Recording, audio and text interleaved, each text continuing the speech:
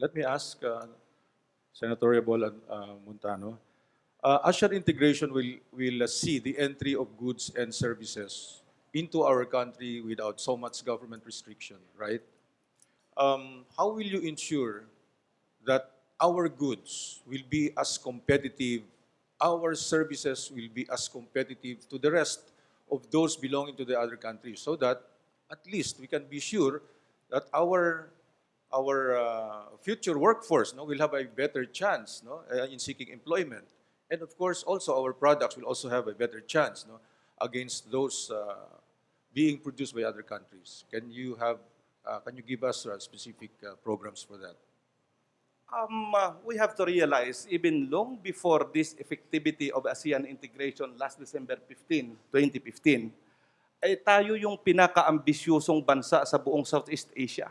Panahon pa ni Ramos, inopen up na natin yung ating ekonomiya. Halos wala nang natira dyan. Halos 98% of our economy has already been opened up. In short, kaya nung before, masyado akong scared dito sa implication, sa impact nitong ASEAN integration. But when I've heard Secretary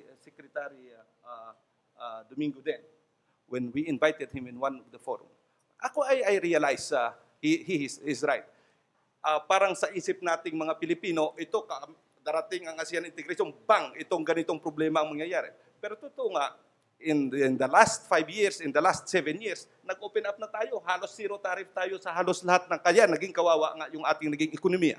But the advantage is that, since nandoon na tayo, in short, matagal na tayong nasalang dyan, di tulad ng mga kapitbahay natin na talagang naninibago, talagang ang impact ramdam na ramdam nila yon.